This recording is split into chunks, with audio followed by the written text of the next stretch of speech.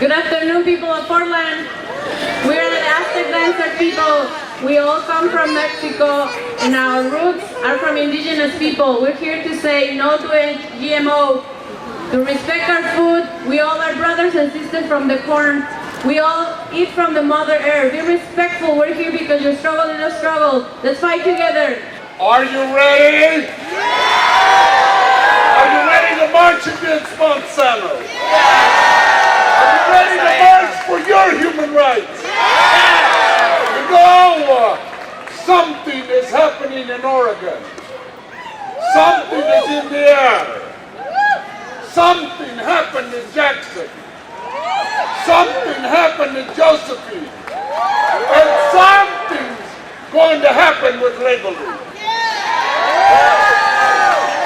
You know, today, later on, you're going to hear from Brian Combs, who's one of the key people in Jackson County.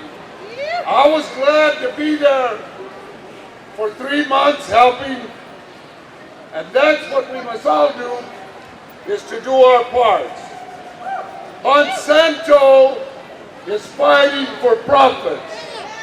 We are fighting for our lives. We are fighting for our lives. You know, history is being made in Oregon. We're part of history. Just like the women who fought in the suffragette movement, they made history. Just like Martin Luther King in the civil rights movement, he made history. It was difficult. Just the same way, the man Cesar Chavez, who I worked with as an organizer, we made history with the United Farm Workers.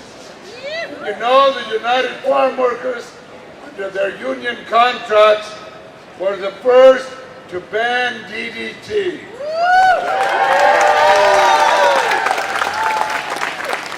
All of us, I'm sure all of us here, were involved in supporting South Africa and helped to free Nelson Mandela. That was a struggle. He was in prison for 27 years, but he did not give up. And we in Oregon are not going to give up. I'm going to do a little dictionary education today. Monsanto has a funny name. At the end of it, it says Santo, which is Spanish for saint and sacred. Monsanto means sacred mountain. There's nothing sacred about that. There's nothing holy about Monsanto. So today, we might call it Bon Diablo, or the devil. It's not Monsanto. Nothing sacred about poisoning people. Nothing sacred about making profits over lives. You know, in this struggle, we have to think, because we have a powerful enemy, people to work against. It's really like that historical story of David against Goliath. You remember that? But really, if you think about it, in history, if women would have been writing the books, it might have been Diane against Goliath.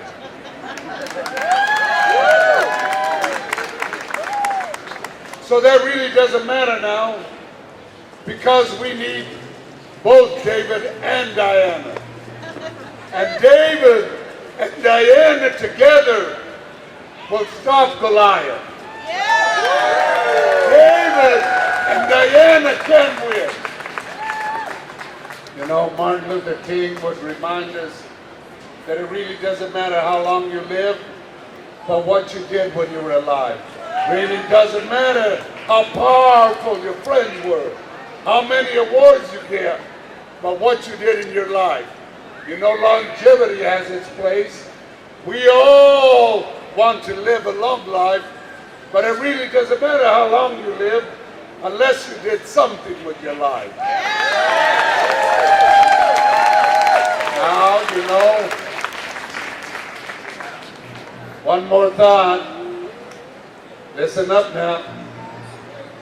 Really doesn't matter the promises we make, but the promises we keep.